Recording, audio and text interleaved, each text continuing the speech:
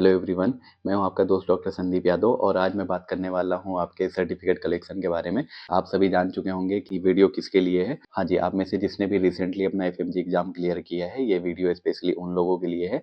और जिनको भी थोड़ा सा भी डाउट है कि हमें सर्टिफिकेट कलेक्शन के लिए क्या करना है, किस दिन जाना है और कैसे जाना है, कहाँ पे जाना है, तो उन चीज़ों के बारे में मैं डिटेल में बात करूंगा और लास्ट तक बने रहिएगा। आपके सारे कन्फ्यूजन ऑलमोस्ट मैं क्लियर करने की पूरी कोशिश करूंगा। तो सबसे पहले मैं बात करूंगा कि आपको कब जाना है। तो आपको पता होगा कुछ दिन पहले एक लिंक आया होगा आपके पास और उसमें आपको एक एंट्री स्लिप दी गई होगी। एंट्री स्लिप में आपको दिया रहता है डेट और टाइमिंग और स्लॉट सब कुछ दिया रहता है। आपको उस डेट को जाना है और उस टाइम पे जाना है। आप इसके लिए क्या क्या लेके जाना है मैं वो चीज़ें भी अभी दिखाऊंगा। स्पेशली मैं बात करूंगा कि ये जो जो चीज़ें मैं आगे बताने वाला हूँ वो सारी चीज़ें आप कलेक्ट कर लेना एक जगह पे और फिर उस स्पेसिफिक डेट को जाके आप अपना सर्टिफिकेट कलेक्ट कर लेना है। और वहाँ पे क्या क्या करना है मैं पहले उनकी बात कर लेता हूँ। ये डॉक्यूमेंट्स वगैरह की बात मैं आगे करूँगा। तो डॉक्टर साहब जब आप एनबीए के ऑफिस पहुँचते हैं, ठीक है, दिल्ली में आप एनबीए ऑफिस पहुँचते हैं, फिर उसके बाद में आपको बाहर सबसे पहले तो गेट के बाहर आपसे एक साइन करवाया जाता है कि आप आए हैं आज यहाँ पे, ठीक है। एक गार्ड अंकल खड़े होते हैं, आप उनके पास जाके रजिस्टर में साइन करते हैं, अपना फॉर्म वॉर्म आप फिल करते हैं, आप अपने दोस्तों से मिलते हो, सारे लोग मिलकर डिस्कशन करते हैं, किसी के फॉर्म में कोई कमी रह गई हो वो सारा कुछ मिलके हम सब कुछ डिटेल में एक दूसरे से बातचीत करके सब सही कर लेते हैं, ठीक है। और आप अपने सारे फॉर्म्स की कॉपी ना 2-3 लेके ज़रूर जाइएगा। कुछ गलत हो जाता है तो वहाँ पे एटलीस्ट हमारे पास टाइम तो रहता है ना, ऑप्शन तो है उसको सही करने का।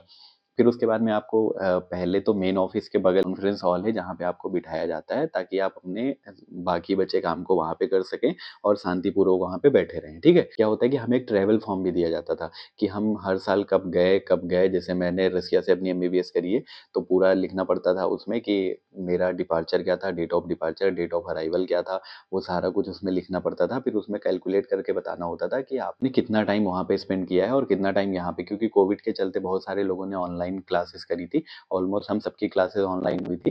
पर कुछ लोग क्या था कि 1 साल यहाँ पे थे, कुछ लोग 2 साल इंडिया में थे, तो वो सारा कुछ डिटेल उसमें फिल करके देना है। फिर जो उनका क्राइटेरिया होता है कि इतना टाइम आपको एटलीस्ट वहाँ पे स्पेंड करना होता है, रसिया में, चाइना में, किर्गिस्तान, कजाकिस्तान, यूक्रेन, जहाँ भी आपने एमबीबीएस करी है, तो हमें वो ट्रैवल फॉर्म फिल करना होता था। बट इस बार एंट्री स्लिप के साथ वो फॉर्म आपको दिया नहीं गया है तो मोस्ट प्रोबेबली आपको ट्रैवल फॉर्म नहीं फिल करना है। फिर इसके बाद में आप जब उस हॉल में बैठते हैं तो वहाँ पे आप अपने टाइम स्लॉट का इंतजार करते हैं। जैसे कि आपको 6:30 का दिया गया है तो आपको 6:30 पे आवाज़ लगाया जाएगा, ठीक है। फिर आप उस हॉल से निकल के आप मेन एनबीए ऑफिस जाएंगे जहाँ पे आपको सर्टिफिकेट दिया जाएगा, ठीक है। वहाँ जाके आपको सारी चीज़ें आपको फ़ोन वगैरह सब कुछ बैग में रखना है, फ़ोन बिल्कुल नहीं निकालना है, कोई फोटोग्राफी नहीं करनी है, कोई वीडियोग्राफी नहीं करनी है, फ़ोन बैग में स्विच ऑफ होना चाहिए, ठीक है, फ़ोन ऑन भी नहीं होना चाहिए। और गलती मत करना वहाँ पे, क्योंकि वहाँ पे कुछ बच्चों के फ़ोटोज़ लगे हुए हैं जो स्पाई कैमरा वगैरह लेके वहाँ पे जाके वीडियोग्राफी कर रहे थे या कुछ ना कुछ वो कैप्चर कर रहे थे, तो आप वो काम मत करना क्योंकि फिर आपके ऊपर केस दर्ज हो सकता है, ठीक है। और फिर आप वहाँ जाते हैं तो आपको अपने स्टेशन पे भेजा जाता है। जैसे कि अगर आपको डी स्टेशन पे जाना है तो आप वहाँ जाएंगे, फिर काउंटर पे आपका वेरिफिकेशन किया जाएगा, आपके डॉक्यूमेंट्स का वेरिफिकेशन किया जाएगा, आपका थंबप्रिंट लिया जाएगा, कुछ बेसिक क्वेश्चन भी पूछे जाएंगे, आप कहाँ रहते हैं, आपका नाम क्या है। हो सकता है कि आपसे कुछ मेडिकल क्वेश्चन भी पूछ लिए जाएं। ये हालांकि ये बहुत रेयर है, आपको आपके बहुत सारे दोस्तों ने डराया होगा या अभी तक नहीं डराया होगा तो कुछ दिन में जरूर डराएंगे कि आपसे बहुत सारे क्वेश्चन पूछे जाएंगे, न्यूमोथोरेक्स पूछा जाएगा, हाइड्रोथोरेक्स पूछा जाएगा या ये ड्रग वो ड्रग पूछा जाएगा। बट ऐसा कॉमन नहीं है, बट आपकी किस्मत खराब हो, आपकी किस्मत खराब हो कह सकते हैं, या तो फिर हो सकता है कि उनको लग रहा हो कि अरे आप कैसे पास हो गए, आप तो तुक्के से पास हो गए होंगे, तो आपसे 2-4 क्वेश्चन पूछ सकते हैं, बेसिक क्वेश्चन पूछ सकते हैं और उतना आपको आइडिया होगा ही यार, आप एग्जाम पास करके गए हो तो आपको उतना आइडिया होगा ही, बता दोगे, ठीक है। नहीं भी बताओगे तो वहाँ पे आपको फिर से नहीं फेल करेंगे, आप ऑलरेडी एग्जाम पास करके गए हो, है ना, सर्टिफिकेट लेने गए हो।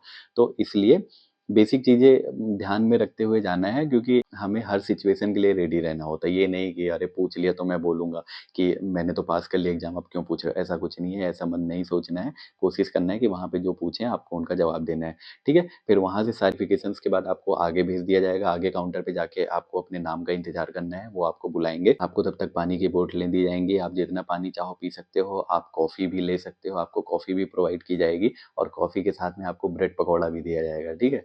हालाँकि बहुत लोग मज़ाक भी बनाते हैं कि वो कॉफ़ी 6000 की होती है, ठीक है? तो बहुत बार क्या होता है कि कुछ लोग इतना ह्यूमर नहीं समझते हैं, तो वो क्या सोच लेते हैं कि सच में 6000 की कॉफ़ी होती है, क्या वहाँ पे हमें खरीद के पीनी होती है? उठ के उसके पीछे का रीज़न ये होता है कि वो 6000 की कॉफ़ी नहीं होती, आप अपना एग्ज़ाम पास करने के लिए जो फ़ॉर्म फ़ीस देते थे ना 6000, वो इसलिए बोला जाता था, जो कि अब फ़ॉर्म फ़ीस तो 7000 भी हो चुकी है। बट वो कॉफ़ी फ्री होती है, ठीक है? वो कॉफ़ी एब्सोल्युटली फ्री होती है। आप 2 कॉफ़ी भी ले सकते हो, 3 भी ले सकते हो, जितना पीना है ले लो। ब्रेड पकौड़ा भी जितना मन हो ले लो, आप आराम से बैठ के खाओ। फिर जब आपका नंबर आएगा, आपको पुकारा जाएगा, टिकट दे दिया जाएगा, फिर आप पूरी तरह फ्री हैं वापस आने के लिए, ठीक है? तो सबसे पहले हम एक बार जान लेते हैं डॉक्यूमेंट्स कैसे क्या एंट्री स्लिप में हमारा कैसे दिया होता है। सारी इन्फॉर्मेशन मैं एक बार आपको समझा देता हूँ, ठीक है? ये पहले आप ये छोटा-सा क्लिप देखिए। तो दोस्त आपने अपनी एंट्री स्लिप निकाल ली होगी और एंट्री स्लिप ओपन करने पे आपको ऐसा पूरा एक फॉर्मेट दिखेगा, ठीक है? जिसमें आपको लाइन टू लाइन ऐसे दिया होगा सीक्वेंस नंबर, रोल नंबर, है ना? फिर सीक्वेंस नंबर से हमें कुछ खास ऐसा फ़र्क नहीं है। फिर इसमें यहाँ पे आपका नेम दिया होगा, फिर डेट ऑफ बर्थ दी होगी, फिर रिपोर्टिंग डेट दी होगी, ठीक है? मान लो रिपोर्टिंग डेट आपको दी गई है 30 मार्च, है ना? ये कुछ भी हो सकता है, 30 मार्च हो सकता है, 30 अप्रैल हो सकता है, या मान लो 5 मई है, ये कुछ भी हो सकता है। कॉन्सेप्ट खैर किसी को भी समझ नहीं आया, रिजल्ट आ गया था 1 हफ्ते में ही। और एंट्री स्लिप में सबको जो सर्टिफिकेट कलेक्शन डेट दी गई है वो अप्रैल में, और मतलब मई लास्ट तक में भी दी गई है, ठीक है? कोई बात नहीं। फिर उसके बाद में आगे देखते हैं रिपोर्टिंग टाइम स्लॉट, ठीक है? आपको यहाँ पे एक टाइम स्लॉट दिया होगा, जैसे कि यहाँ पे मान लो किसी में लिखा हुआ है 12 PM टू 12:30 PM, ठीक है? ये रिपोर्टिंग टाइम है। ये भी कुछ भी हो सकता है आपके केस में 3 PM दिया हो, है ना? कुछ में 6 PM भी दिया होगा, क्योंकि ये इसलिए करते हैं ना कि अभी जैसे आपको सिर्फ डेट दे दी जाए तो सुबह 8 बजे से ही आप सब जाके बैठ जाओगे, फिर उसमें किसी का भी काम जल्दी नहीं हो पाएगा, जो कि इंडिया में जनरली ऑफिसेज में होता है। तो इसीलिए इसमें ये चीज़ बहुत अच्छी की गई है। किसी को 11 बजे का टाइम दिया जाएगा, किसी को 12 बजे का, किसी को 3 बजे का, किसी को 6 बजे का, ठीक है?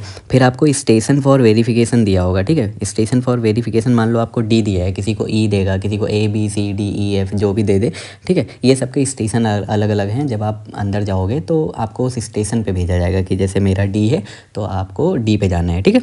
अब हम बात कर लेते हैं कि क्या क्या वहाँ पे करना है, क्या क्या नहीं करना है। इंस्ट्रक्शंस की बात करेंगे तो use of mobile phone is not permitted, ठीक है? ये अच्छे से पढ़ लो। मोबाइल फ़ोन आपको बाहर ही बैग में रखना है, ठीक है? मोबाइल फ़ोन स्ट्रिक्टली प्रोहिबिटेड है, ले जाना बिल्कुल भी अलाउड नहीं है, ठीक है? और ये इसलिए भी है क्योंकि बहुत बार क्या होता है ना, बच्चे अंदर जाके फिर फ़ोटो खींचते हैं। भाई वो NBE है, बहुत सेंसिटिव जगह है, ठीक है? और वो एरिया जहाँ पे आप सर्टिफिकेट लेने जा रहे हो वो तो बहुत ही सेंसिटिव एरिया है ना। वहाँ पे फ़ोन ले जाके फिर बहुत लोग क्या करते हैं कि फ़ोटो खींचने लगते हैं, वीडियो बनाने लगते हैं। तो आप वहाँ जाओगे ना तो देखोगे कि कुछ लोगों के वहाँ पे फ़ोटोज़ लगे हुए हैं और उन पे ना केस भी हो चुका है, क्योंकि वो स्पाई कैमरा लेके फिर कुछ भी करते हैं, फ़ोटोज़ वीडियोज़ लेते हैं। तो ये चीज़ अलाउड नहीं है और ये चीज़ आपको अच्छे से याद रखना है। गलती से भी फ़ोन नहीं निकालना है, फ़ोटो वोटो तो बिल्कुल नहीं लेना है, ठीक है? फिर उसके बाद में किसी दूसरे की जगह पे नहीं जाना है, अपने पे ही जाना है और अपनी जगह किसी को नहीं भेजना है। कोई भी चांस नहीं है, आप गलती से सपने में भी ये चांस नहीं ले सकते। अब बात करेंगे कि आपको वहाँ पे क्या क्या लेके जाना है ना? तो qualified and eligible candidates are required to be present at specific date and time for collection of their pass certificate. They shall be required to bring the following documents in original, ठीक है? Original में लेके जाना है to collect the certificate, ठीक है? आपको सबसे पहला क्या लेके जाना है? एडमिट कार्ड फॉर FMG दिसंबर 2024, ठीक है?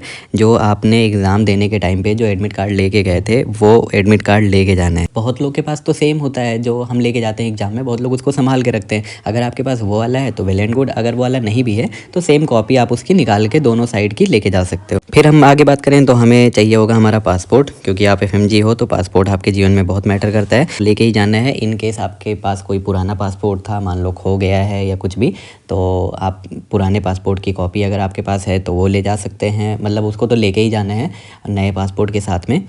और आपके नए पासपोर्ट में भी लास्ट पेज में प्रिंटेड होगा ओल्ड पासपोर्ट का पासपोर्ट नंबर, ठीक है? और ये वहाँ पे दिखाना है। मान लीजिए आपका पासपोर्ट खो गया था तो आपने कोई FIR कराई होगी, है ना? FIR कॉपी अगर आपके पास है तो वो भी ले जाइए। हमारा डिग्री सर्टिफिकेट है, ठीक है? आपको अपने कॉलेज से जो डिग्री मिली है वो लेके जाना है। और इन केस अगर आपके पास प्रोविज़नल है, ठीक है? प्रोविज़नल है तो वो लेके जाना ज़रूरी है, पर प्रोविज़नल सर्टिफिकेट जो होता है वो आपको अटेस्ट करवा लेके जाना है। Duly apostilled by appropriate authority attested by embassy of India, ठीक है? ये अटेस्टेड होना बहुत ज़रूरी है अगर आप प्रोविज़नल सर्टिफिकेट लेके जा रहे हो। वैसे मैक्सिमम लोग तो खैर अपनी डिग्री ही लेके जाते हैं, तो आप डिग्री ही लेके जाओ तो बहुत अच्छी बात है। ये 3 चीज़ें कंपलसरी हैं लेके जाना, ठीक है? अब आगे बात करेंगे तो अगला है हमारा एलिजिबिलिटी सर्टिफिकेट। तो एलिजिबिलिटी सर्टिफिकेट आपको पता है जब आपने एडमिशन लिया होगा उस टाइम पे अप्लाई किया होगा और कुछ टाइम में आपको एलिजिबिलिटी सर्टिफिकेट मिला होगा।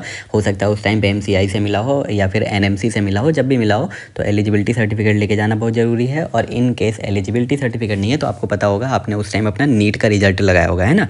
नीट का जो रिजल्ट लगाया था वो लेके जाना है आपको। रिजल्ट के साथ साथ में आपको अपना कास्ट सर्टिफिकेट भी लेके जाना है। उसके साथ में एक आईडी प्रूफ लेके जाना है जो कि वैलिड फ़ोटो आईडी प्रूफ हो। पैन कार्ड नहीं चलेगा, मतलब पैन कार्ड आईडी होती है बट वैलिड आईडी प्रूफ नहीं होती है वो, क्योंकि उसमें आपका एड्रेस नहीं पड़ा होता है। तो आपको आधार कार्ड लेके जाना है, ड्राइविंग लाइसेंस ले जा सकते हो, ठीक है, वोटर आईडी कार्ड ले जा सकते हो, पैन कार्ड भी ले जा सकते हो, बट पैन कार्ड में कभी कभी प्रॉब्लम हो जाती है। तो वैसे भी आजकल आईडीज़ तो सबके पास होती हैं, तो आप चाहो तो वोटर आईडी कार्ड या PAN card, driving licence, Aadhaar card या सारे ही लेके जाओ, उसमें क्या दिक्कत है। Entry of candidates is restricted strictly as per time slots allotted, ठीक है, आपका जो टाइम स्लॉट दिया होगा उसी के अकॉर्डिंग आपको एंट्री मिलेगी, उसके पहले नहीं मिलेगी, उसके बाद में नहीं मिलेगी।